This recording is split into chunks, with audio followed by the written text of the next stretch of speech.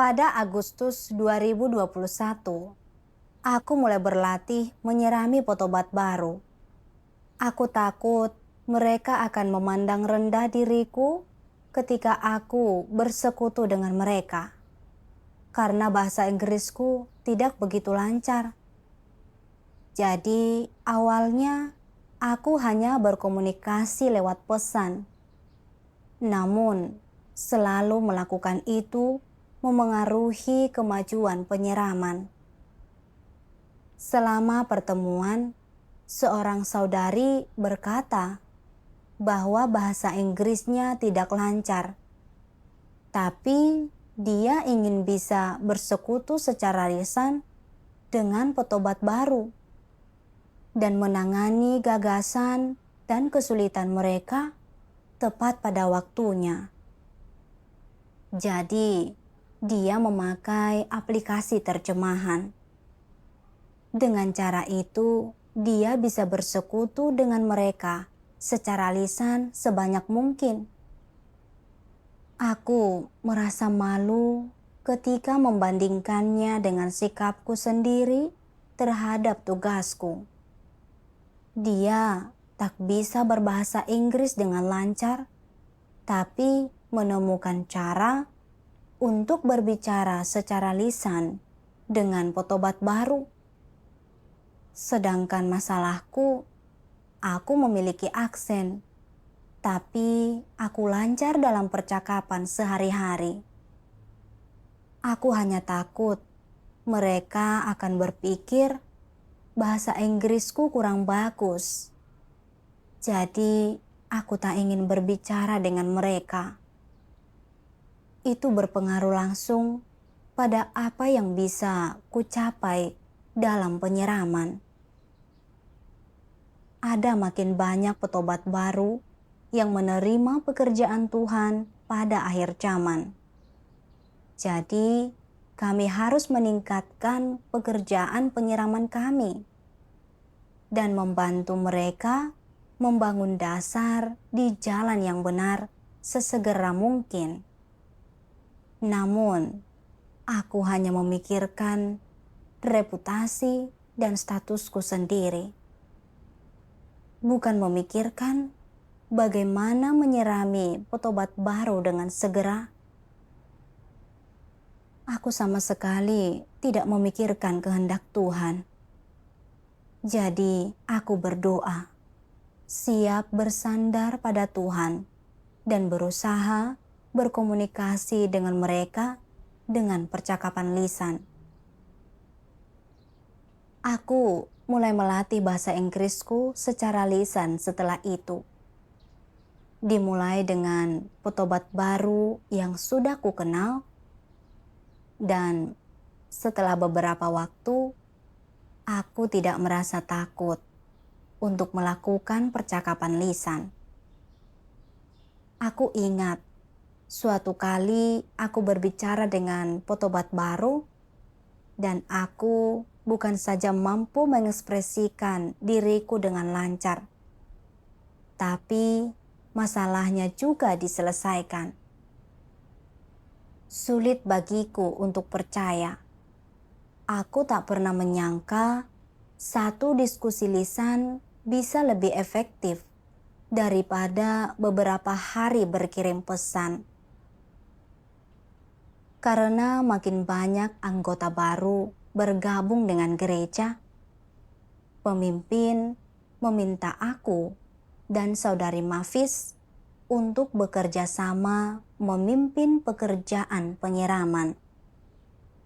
Aku sangat terkejut mendengarnya. Aku baru saja belajar cara menyirami. Masih banyak kebenaran tentang pekerjaan Tuhan yang tidak kupahami. Dan kemampuan bahasa Inggrisku biasa-biasa saja. Bagaimana aku bisa mengambil tanggung jawab seperti itu? Mavis telah menyirami petobat baru lebih lama dariku.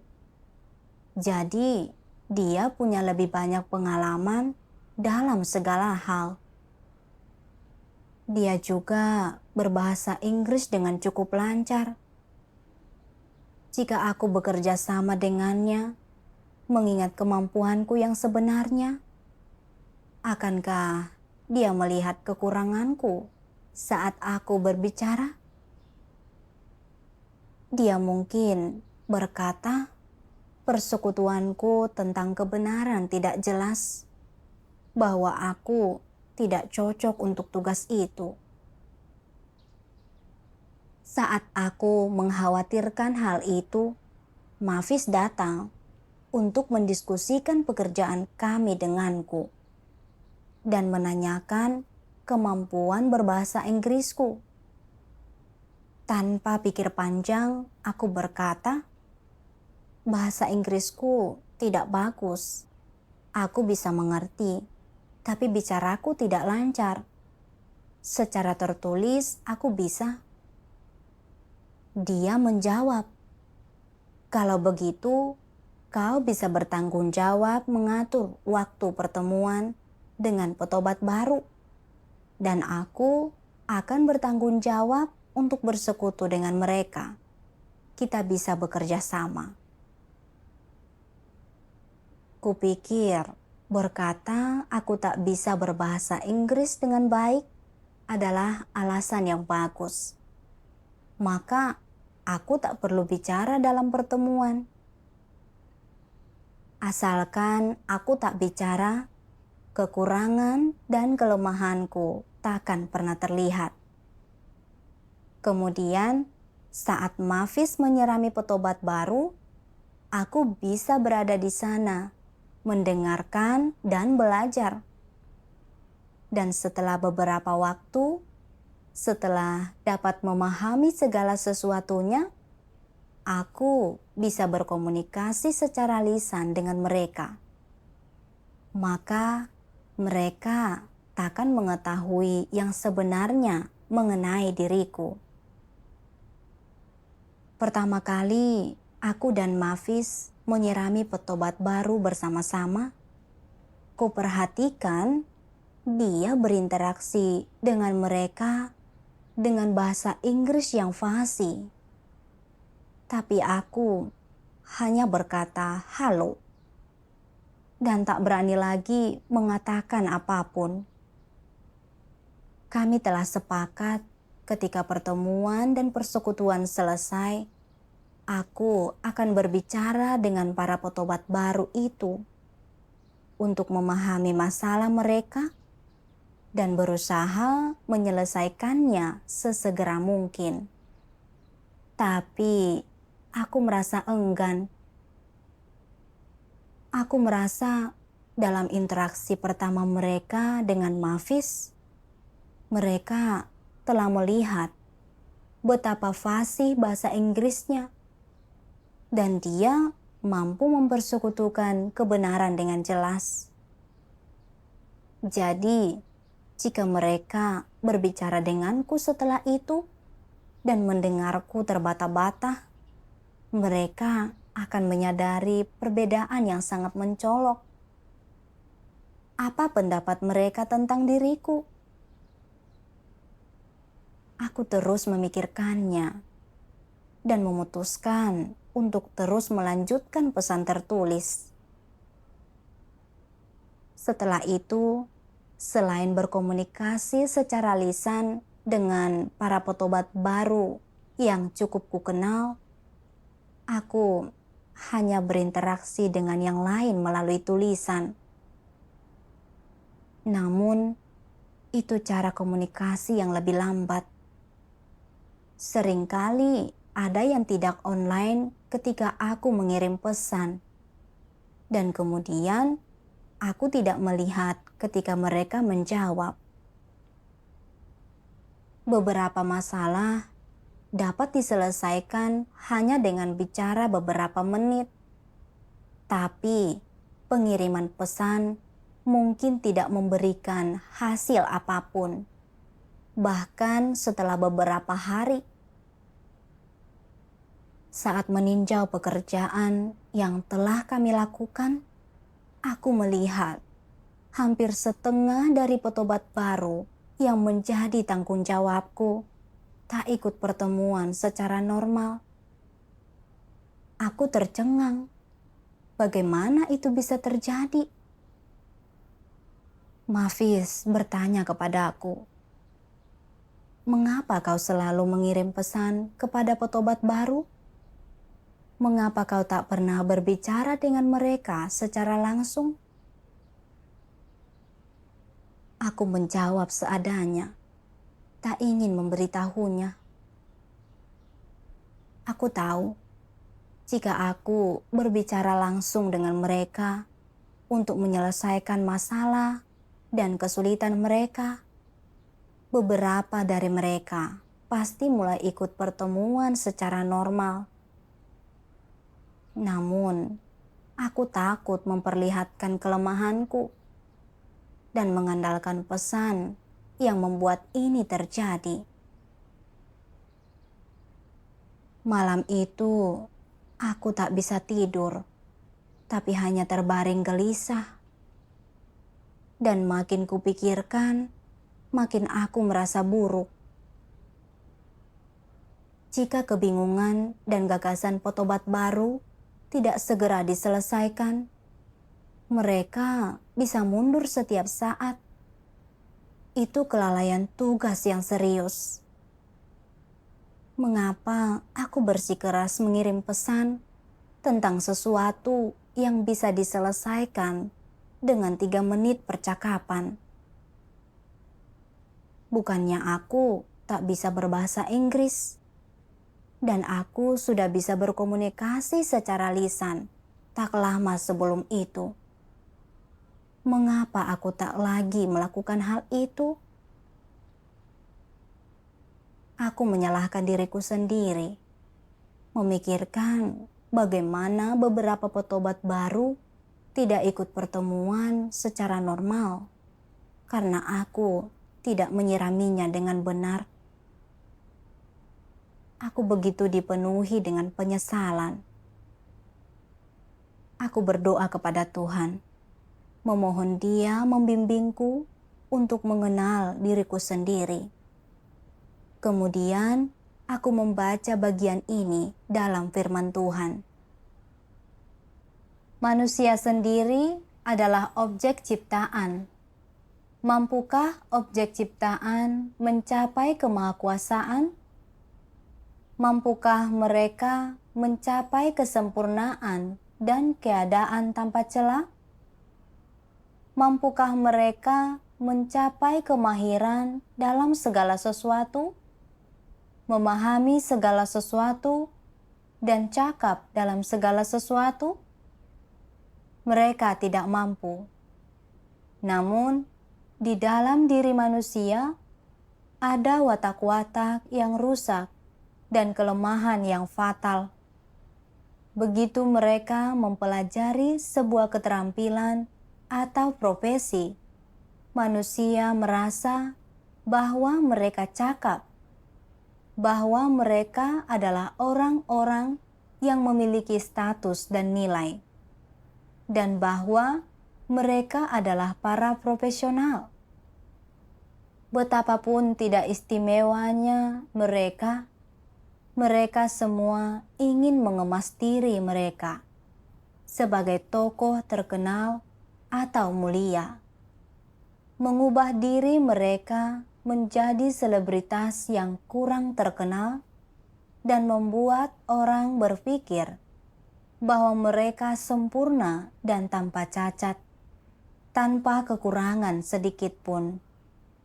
Di mata orang lain, mereka ingin menjadi terkenal, kuat, tokoh yang hebat, dan mereka ingin menjadi perkasa, mampu melakukan apa saja, tak satu pun yang tidak mampu mereka lakukan. Mereka merasa bahwa jika mereka mencari bantuan orang lain, mereka akan terlihat tidak mampu, lemah dan kurang cerdas, serta orang-orang akan memandang rendah mereka. Karena alasan ini, mereka selalu ingin berpura-pura. Beberapa orang, ketika disuruh melakukan sesuatu, berkata mereka tahu bagaimana melakukannya, padahal sebenarnya mereka tidak tahu. Setelah itu, diam-diam mereka mencari tahu tentang hal tersebut dan mencoba mempelajari bagaimana melakukannya. Tetapi setelah mempelajarinya selama beberapa hari, mereka tetap tidak mengerti cara melakukannya. Ketika ditanya sudah sampai di mana mereka dalam pekerjaan itu, mereka berkata, segera selesai. Namun di dalam hati, mereka berpikir, itu masih jauh dari selesai. Aku sama sekali tidak tahu kapan selesainya. Aku tak tahu harus berbuat apa. Aku tak boleh menyingkapkan diriku. Aku harus terus berpura-pura. Aku tak boleh membiarkan orang melihat kekurangan dan kebodohanku. Aku tak boleh membiarkan mereka memandang rendah diriku. Masalah apa ini? Ini adalah kehidupan bagai neraka. Karena berusaha mempertahankan reputasi dengan segala cara. Watak macam apa ini? Kecongkakan orang semacam itu tidak mengenal batas. Mereka telah kehilangan akal. Mereka tidak ingin menjadi seperti orang lain. Mereka tidak ingin menjadi orang biasa, orang normal, tetapi ingin menjadi manusia super, orang yang ahli, orang yang cakap. Ini sebuah masalah besar.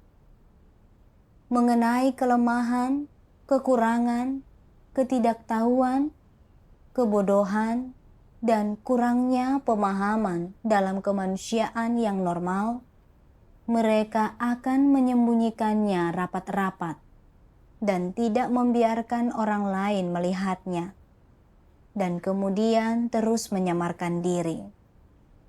Bagaimana menurutmu? Bukankah orang-orang semacam itu hidup dalam angan-angan? Bukankah mereka sedang bermimpi? Mereka tidak mengenal diri mereka sendiri. Mereka juga tidak tahu bagaimana hidup dalam kemanusiaan yang normal. Mereka tidak pernah sekalipun bertindak seperti manusia yang nyata. Jika engkau menjalani hari-harimu dengan hidup dalam angan-angan, bersikap asal-asalan, tidak melakukan apapun berdasarkan kenyataan, selalu hidup berdasarkan imajinasimu sendiri, maka ini adalah masalah. Jalan dalam kehidupan yang kau pilih itu tidak benar. Setelah merenungkan firman Tuhan, aku bisa mengerti bahwa aku telah berpura-pura dan menyamarkan diriku sendiri. Aku takut petobat baru akan memandang rendah diriku karena kemampuan berbahasa Inggrisku tidak bagus. Jadi, aku tak berani terlibat dalam percakapan dengan mereka. Setelah aku dan Mavis mulai bekerja sama, aku melihat bahasa Inggrisnya sangat bagus dan persekutuannya tentang kebenaran lebih jelas daripada aku. Aku takut akan sangat terlihat kurang bila dibandingkan. Dan takut dia akan mengetahui diriku yang sebenarnya. Jadi aku makin berpura-pura. Ketika Mavis bertanya tentang bahasa Inggrisku, aku dengan sengaja berkata, bahasa Inggrisku buruk. Mencari alasan agar tidak harus bersekutu secara lisan. Setiap kali kami berdua melakukan penyiraman bersama-sama, aku tak mau ikut bicara. Aku tidak melakukan tugasku sendiri. Dan ketika menyirami petobat baru, Aku hanya mengirim pesan kepada mereka, alih-alih melakukan percakapan. Yang berarti banyak masalah petobat baru tidak terselesaikan secepat yang seharusnya. Jadi, mereka hanya tetap negatif dan tidak ikut pertemuan. Aku menunda pekerjaan kami. Aku selalu berpura-pura, takut kelemahanku akan tersingkap. Aku ingin diam-diam mempelajari segala sesuatunya di balik layar, dan kemudian tampil dan terlihat hebat. Alangkah sombongnya aku. Aku tak bisa begitu saja menghadapi kekurangan dan kelemahanku. Tapi aku harus berpura-pura menjadi luar biasa dan berbeda dari orang lain. Ini sama seperti yang sesuatu yang Tuhan singkapkan. Mereka tidak ingin menjadi seperti orang lain. Mereka tidak ingin menjadi orang biasa, orang normal, tetapi ingin menjadi manusia super, orang yang ahli, orang yang cakap. Ini sebuah masalah besar. Keterampilan berbahasa Inggrisku tidak bagus, dan aku tak punya banyak pengalaman dalam pekerjaan penyiraman. Gereja mengaturku untuk menyirami petobat baru dari luar negeri. Berarti memberiku kesempatan untuk berlatih. Dan seharusnya aku menghargainya. Namun, bukannya melakukan tugasku dengan baik, aku hanya ingin menutupi kekuranganku dan bertindak seakan-akan aku dapat melakukan apapun agar orang lain selalu menghormatiku, mengagumiku. Aku sama sekali tak punya nalar atau kesadaran diri. Aku tahu, aku harus berhenti berpura-pura dan menyamar. Apapun pendapat orang lain, aku harus melepaskan kesombonganku. Melaksanakan tugas dan tanggung jawabku, itulah yang harus kuterapkan. Aku membaca beberapa bagian lain firman Tuhan yang memberiku jalan penerapan. Tuhan yang Maha Kuasa berfirman, "Engkau harus mencari kebenaran untuk menyelesaikan setiap masalah yang timbul, apapun masalahnya, dan sama sekali tidak menyamarkan dirimu atau mengenakan kedok di hadapan orang lain. Kekuranganmu, kelemahanmu, kesalahanmu, watakmu yang rusak, terbukalah sepenuhnya mengenai semua itu, dan bersekutulah tentang semuanya itu. Jangan menyembunyikannya di dalam hati. Belajar untuk membuka dirimu sendiri adalah langkah awal untuk masuk ke dalam hidup. Dan inilah rintangan pertama yang paling sulit untuk diatasi. Begitu engkau berhasil mengatasinya, masuk ke dalam kebenaran menjadi mudah. Apa yang ditunjukkan dari mengambil langkah ini?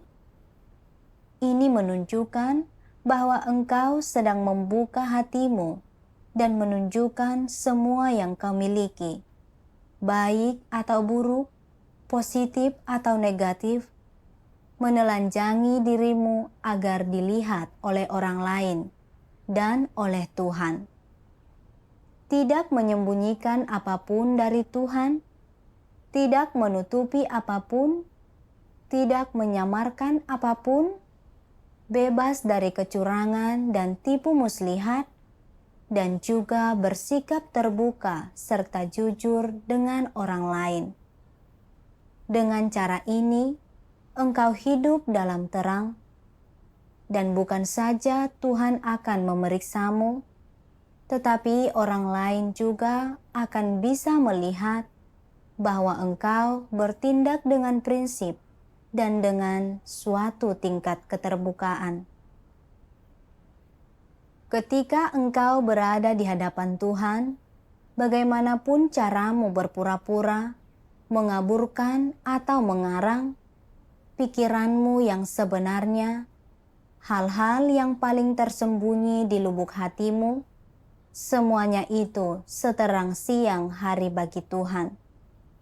Tak seorang pun mampu menyembunyikan segala sesuatu di lubuk hati mereka dari pemeriksaan Tuhan.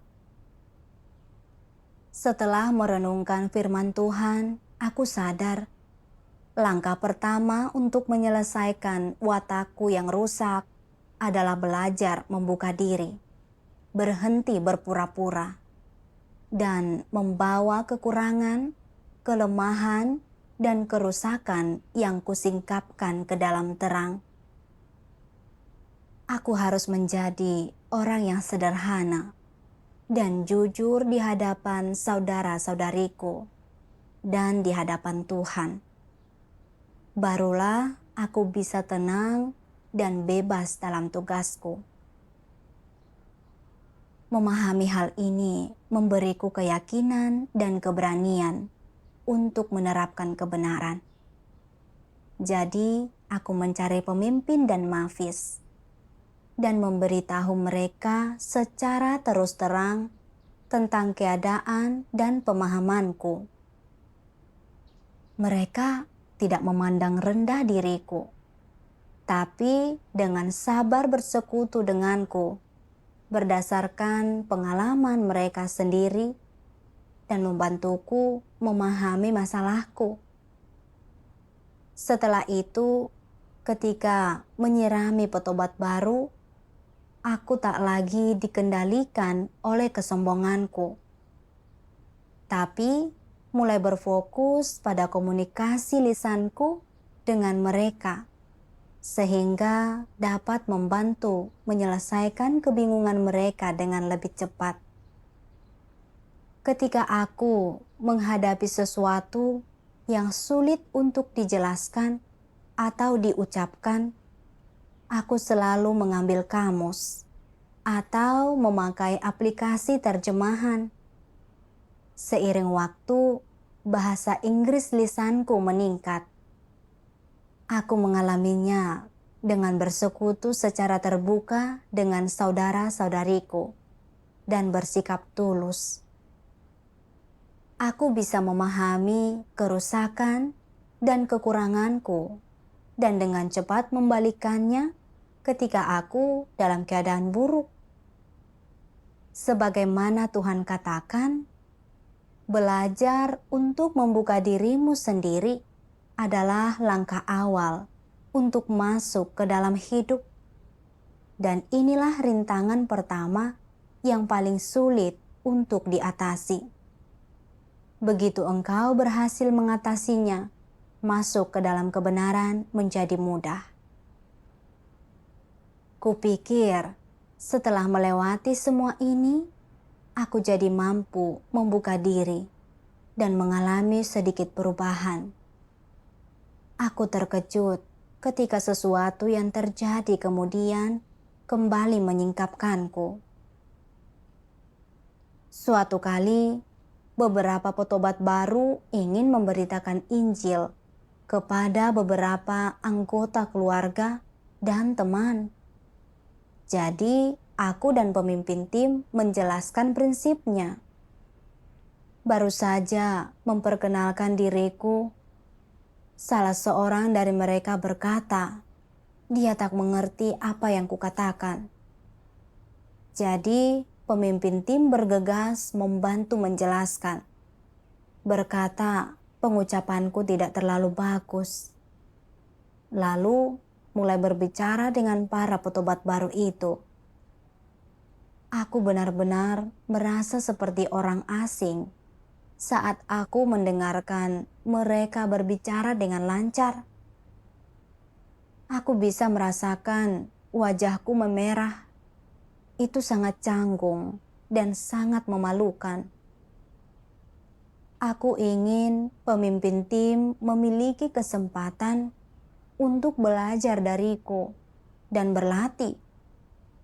Tapi aku bahkan tak mampu memperkenalkan diriku dengan baik. Apa pendapat pemimpin tim dan petobat baru itu tentang diriku? Mereka mungkin berpikir bahasa Inggrisku buruk dan aku juga tidak cakap dalam pekerjaan. Siapa yang mau mendengarkanku setelah itu saat aku menindaklanjuti segala sesuatunya? Pemikiran ini membuatku merasa frustasi dan aku merasa sangat sedih. Pemimpin gereja itu pun adalah anggota kelompok. Dan aku takut dia juga akan ikut online dan melihat apa yang terjadi. Berpikir bahasa Inggrisku buruk dan tak mampu menyelesaikan pekerjaan, lalu memberhentikanku. Aku tak mau mereka mengetahui kemampuanku yang sebenarnya. Jadi, aku kembali mulai menyembunyikan kekuranganku, berkomunikasi melalui pesan, dan mengubah diskusi kelompok menjadi obrolan jalur pribadi. Setelah beberapa waktu berlalu, aku mulai merasa sangat lelah. Aku takut semua orang akan mengetahui betapa buruknya pengucapanku dan memandang rendah diriku.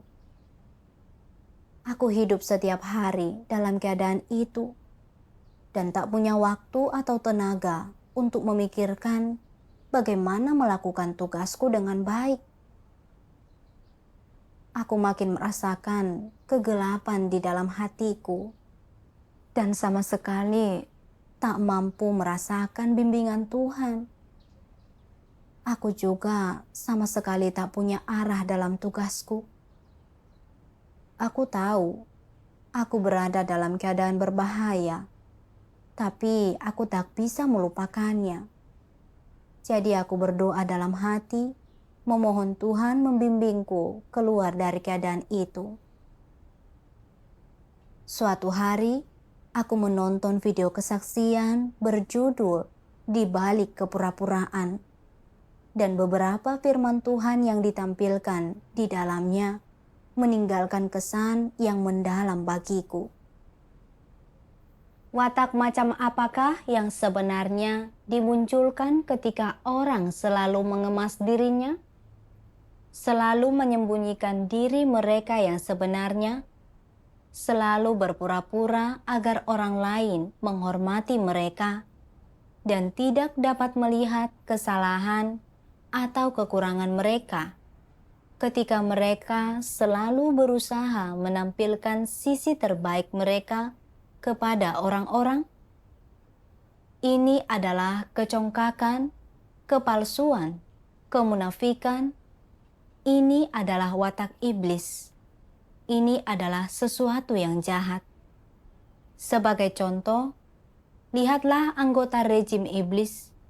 Sebanyak apapun mereka bertengkar, berseteru, atau membunuh di balik layar, tak seorang pun yang diperbolehkan untuk melaporkan atau menyingkapkan hal ini. Mereka takut orang akan melihat wajah iblis mereka, dan mereka melakukan segala yang mereka bisa untuk menutupinya. Di depan umum, mereka berusaha sekuat tenaga untuk menyembunyikan diri mereka yang sebenarnya. Mengatakan betapa mereka mengasihi rakyat, betapa baik, mulia dan benarnya mereka. Ini adalah natur iblis.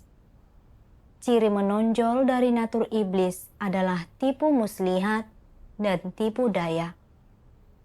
Dan apa tujuan dari tipu muslihat dan tipu daya ini? Untuk menipu orang, untuk menghalangi orang agar tidak melihat esensi dan jati diri mereka yang sebenarnya. Dan dengan demikian, mencapai tujuan untuk memperlama kekuasaan mereka. Rakyat jelata mungkin tidak memiliki kekuasaan dan status semacam itu, tetapi mereka juga ingin membuat orang lain memiliki pendapat yang baik tentang diri mereka, dan agar orang memiliki penilaian yang tinggi terhadap mereka, serta memberi mereka status yang tinggi di dalam hati orang. Inilah yang dimaksud dengan watak yang rusak. Melakukan kesalahan atau menyamarkan diri, manakah dari kedua hal ini yang berkaitan dengan watak? Menyamarkan diri adalah masalah watak. Itu melibatkan watak yang congkak, kejahatan, dan pengkhianatan. Ini terutama dipandang rendah oleh Tuhan. Jika engkau tidak berusaha berpura-pura atau berdalih, jika engkau mampu mengakui kesalahanmu, semua orang akan berkata engkau jujur dan bijak. Dan apa yang membuatmu bijak? Semua orang melakukan kesalahan. Semua orang memiliki kelemahan dan kekurangan. Dan sebenarnya, semua orang memiliki watak rusak yang sama. Jangan menganggap dirimu lebih mulia, lebih sempurna, dan lebih baik daripada orang lain. Itu berarti bersikap sama sekali tidak masuk akal. Setelah watak rusak orang dan esensi serta sifat asli dari kerusakan manusia jelas bagimu, engkau tidak akan berusaha menutupi kesalahanmu sendiri. Engkau juga tidak akan menekan orang lain ketika mereka melakukan kesalahan, tetapi akan memperlakukan kedua hal ini dengan tepat. Hanya dengan cara demikianlah, engkau akan berwawasan luas dan tidak melakukan hal-hal bodoh yang akan membuatmu menjadi seseorang yang bijak. Orang yang tidak bijak adalah orang bodoh, dan mereka selalu berkutat dengan kesalahan kecil mereka sambil bersikap licik di balik layar. Ini menjijikkan untuk dilihat. Sebenarnya, apa yang kau lakukan segera terlihat oleh orang lain, tetapi engkau masih terang-terangan berpura-pura. Bagi orang lain, ini terlihat seperti pertunjukan badut. Bukankah ini bodoh? Benar-benar bodoh. Orang bodoh tidak memiliki hikmat. Sebanyak apapun khotbah yang mereka dengar, mereka tetap tidak memahami kebenaran atau melihat apapun sebagaimana adanya. Mereka selalu bersikap congkak, berpikir bahwa mereka berbeda dari orang lain, dan mereka lebih terhormat. Ini adalah sikap yang congkak dan merasa diri benar. Ini adalah kebodohan. Orang bodoh tidak memiliki pemahaman rohani, bukan? Hal-hal di mana engkau bodoh dan tidak bijak adalah hal-hal di mana engkau tidak memiliki pemahaman rohani dan tidak dapat dengan mudah memahami kebenaran.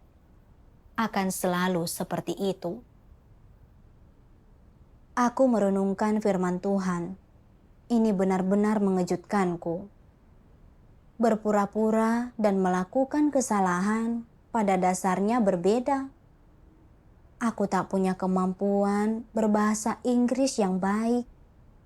Jadi, ketika melakukan kesalahan, aku bisa belajar dan berlatih. Bersembunyi di balik selalu berpura-pura dan menyamarkan diri agar orang lain tidak melihat kemampuanku yang sebenarnya adalah watak rusak dari kecongkakan, kelicikan, dan kejahatan. Itu menjijikkan dan dibenci Tuhan. Aku masih berlatih cara melakukan tugas itu. Jadi kesalahan dan kelalaian dan pengungkapan kerusakan tak dapat dihindari. Semua itu bukan hal yang memalukan, dan semua itu dapat diselesaikan dengan mencari kebenaran. Namun, sejak memimpin pekerjaan penyiraman, aku selalu menempatkan diriku pada kedudukan pengawas. Berpikir, aku harus lebih baik daripada orang lain. Jika tidak, para petobat baru akan memandang rendah diriku. Ketika petobat baru itu berkata, dia tak mengerti apa yang kukatakan, aku merasa kekuranganku telah tersingkap. Seolah citraku telah rusak, sehingga petobat baru akan memandang rendah diriku dan tak mau mendengarkanku. Aku bahkan lebih khawatir pemimpin akan melihat apa yang kurang dari diriku dan berpikir aku tidak cakap, tak mampu melakukan pekerjaan itu, dan kemudian memberhentikanku. Aku memikirkan cara untuk menyembunyikan kekuranganku, untuk melindungi status dan citraku. Bahkan bertindak terlalu jauh hingga menunda pekerjaan gereja. Aku mengubah diskusi lisan menjadi diskusi berbasis teks dan mengubah pertemuan kelompok untuk berkomunikasi tentang pekerjaan menjadi obrolan individu yang menunda pekerjaan penyiraman kami. Aku juga hidup dalam keadaan waspada dan makin jauh dari Tuhan. Aku sangat licik, khususnya membaca firman Tuhan yang menghakimi dan menyingkapkan natur iblisku, membuatku gemetar. Tuhan berkata, aspek paling menonjol dari natur iblis adalah tipu muslihat dan penipuan, bahwa itu sangat jahat. Si naga merah yang sangat besar, sangat pandai berpura-pura dan menipu, dan selalu berbicara tentang citranya yang hebat, mulia, dan benar, untuk membuat orang memuja dan mengikutinya. Semua dalam upaya untuk mengamankan kediktatorannya. Namun, dia melakukan segalanya untuk menyembunyikan semua hal jahat yang dilakukannya di balik layar, sehingga menyesatkan dan menipu orang-orang di dunia. Merenungkan diriku sendiri, aku sadar aku sedang berpura-pura agar orang lain selalu memiliki citra positif tentang diriku, agar mereka hanya selalu melihat sisi baikku. Itu benar-benar curang dan jahat, dan kusadari aku menyingkapkan jenis watak yang sama persis dengan si naga merah yang sangat besar. Apa gunanya memenangkan rasa hormat dan kekaguman orang lain melalui penipuan dan berpura-pura? Dengan menyembunyikan kelemahan dan kekuranganku, dengan melakukan tipu muslihat untuk menipu Tuhan dan orang lain. Aku bukan saja tidak membuat kemajuan, tetapi juga menunda pekerjaan menyirami petobat baru. Itu sangat bodoh.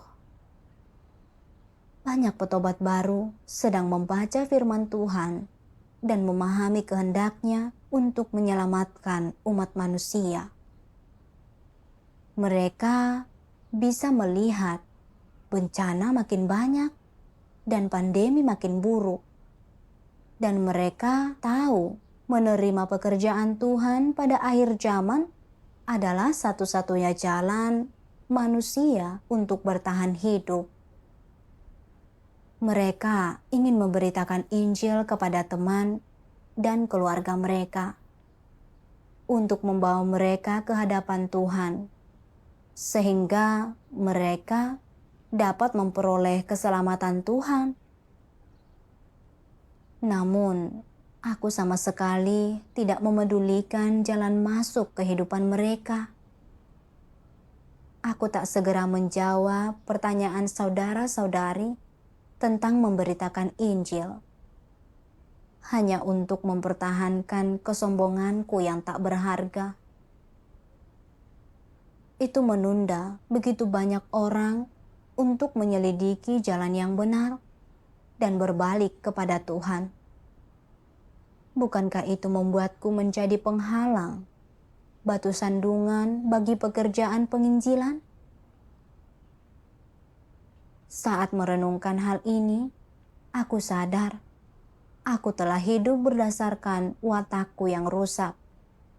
Dan meskipun kelihatannya aku melakukan tugas, aku sebenarnya menentang Tuhan, menunda pekerjaan gereja, dan merugikan saudara-saudari. Aku membenci diriku dan muak akan diriku sendiri dari lubuk hatiku. Aku merasa berutang banyak kepada Tuhan dan telah merugikan saudara-saudaraku. Aku berdoa kepada Tuhan untuk bertobat dan ingin dengan teguh mengejar kebenaran dan melakukan tugasku. Suatu kali aku membaca bagian firman Tuhan ini dalam perenunganku. Engkau tak perlu menggunakan cara apapun untuk melindungi reputasi, citra, dan statusmu. Engkau juga tak perlu menutupi atau menyamarkan kesalahanmu. Engkau tak perlu terlibat dalam upaya yang sia-sia ini. Jika engkau dapat melepaskan hal-hal ini, engkau akan sangat tenang. Engkau akan hidup tanpa belenggu atau rasa sakit, dan akan sepenuhnya hidup dalam terang. Belajar bagaimana membuka diri ketika bersekutu adalah langkah pertama untuk masuk ke dalam hidup. Selanjutnya, engkau harus belajar menganalisis pikiran dan tindakanmu untuk melihat mana yang salah dan mana yang tidak Tuhan sukai. Dan engkau perlu membalikkannya dengan segera dan memperbaikinya. Apa tujuan memperbaikinya? Tujuannya adalah untuk menerima kebenaran, sambil menyingkirkan hal-hal yang ada di dalam dirimu yang merupakan milik iblis dan menggantikannya dengan kebenaran. Dahulu, engkau melakukan segala sesuatu menurut watak licikmu yang suka berbohong dan curang. Engkau merasa bahwa engkau tidak mampu menyelesaikan apapun tanpa berbohong. Kini setelah engkau memahami kebenaran dan membenci cara iblis dalam melakukan segala sesuatu, engkau tidak lagi bertindak seperti itu. Engkau bertindak dengan mentalitas kejujuran, kemurnian, dan ketaatan. Jika engkau tidak menyembunyikan apapun, jika engkau tidak menyamar, berpura-pura, menutup diri, jika engkau membuka diri kepada saudara-saudari, tidak menyembunyikan gagasan dan pikiran terdalammu, tetapi membiarkan orang lain melihat sikap jujurmu, maka kebenaran berangsur-angsur akan berakar di dalam dirimu. Itu akan berbunga dan berbuah. Itu akan membuahkan hasil sedikit demi sedikit. Jika hatimu semakin jujur dan semakin memiliki kecenderungan kepada Tuhan, dan jika engkau tahu untuk melindungi kepentingan rumah Tuhan ketika engkau melaksanakan tugasmu, dan hati nuranimu terganggu ketika engkau gagal melindungi kepentingan ini Ini adalah bukti bahwa kebenaran telah memengaruhimu dan telah menjadi hidupmu. Firman Tuhan memberiku jalan penerapan yang spesifik. Aku harus melakukan tugasku dengan hati yang murni dan jujur. Dan seberapapun tinggi atau rendahnya tingkat pertumbuhanku, atau kelemahan dan kekurangan apapun yang kumiliki, aku tak boleh berpura-pura. Aku harus memperlihatkan diriku yang sebenarnya kepada semua orang dan membuka diri tentang hal itu meskipun melakukan kesalahan. Hidup seperti itu tidak terlalu melelahkan dan Tuhan berkenan. Sebenarnya masalah dan kekuranganku takkan lenyap hanya karena aku berusaha menyembunyikannya.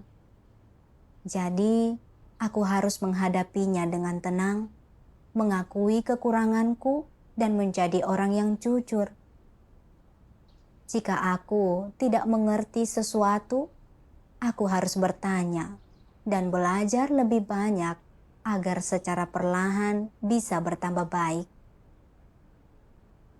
Selain itu, pengaturanku menjadi pengawas oleh pemimpin seharusnya menjadi tanggung jawab yang kuterima dari Tuhan, bukan menjadi status. Aku harus melepaskan identitas sebagai seorang yang memimpin dan mengutamakan tugasku. Apapun pendapat atau perkataan orang lain, aku harus memperbaiki motifku, berdiri di posisiku sendiri, dan melakukan tugas makhluk ciptaan. Sejak saat itu, aku selalu melepaskan kesombonganku dan mencari petobat baru untuk komunikasi lisan untuk membantu menyelesaikan masalah yang mereka hadapi dalam tugas mereka.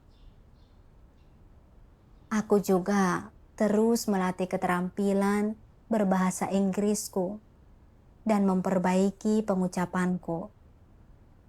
Dan ketika menghadapi hal-hal yang tidak kumengerti, aku selalu bertanya kepada saudara-saudari lainnya dan belajar dari kelebihan mereka. Suatu kali, ketika aku berada di pertemuan online dengan beberapa petobat baru, tepat saat kami mulai saling menyapa, aku mendapati diriku salah menyebutkan nama salah seorang dari mereka. Meskipun dia mengoreksiku pengucapanku berulang kali, aku merasa agak malu dan heran mengapa dia menganggapnya begitu serius. Cukup perbaiki sekali saja, ada banyak orang yang mendengarkan. Kemudian aku teringat sesuatu yang Tuhan katakan. Engkau tak perlu menggunakan cara apapun untuk melindungi reputasi, citra, dan statusmu.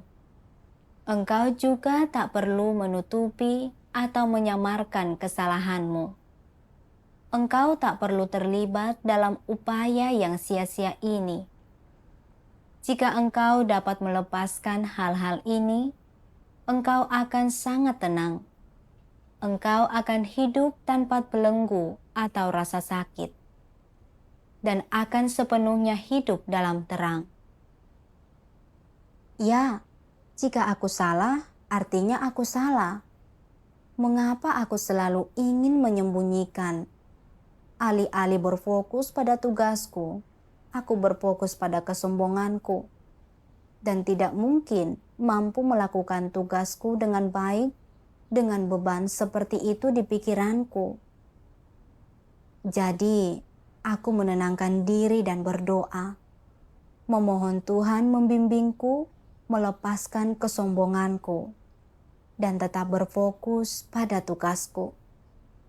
Setelah berdoa, Aku tak lagi merasa malu seperti sebelumnya dan tak merasa terkekang oleh pengucapanku yang salah. Lalu, aku meminta petobat baru itu untuk membantu dengan pengucapanku. Beberapa waktu kemudian, seorang saudari yang pernah bekerja sama denganku berkata, "Apa yang kau lakukan untuk melatih bahasa Inggrismu? Kau berbicara sangat lancar dengan petobat baru. Kau telah membuat begitu banyak kemajuan selama beberapa bulan kita tidak bertemu." Ini sangat membuatku terharu, dan aku tahu itu sepenuhnya bimbingan dan anugerah Tuhan.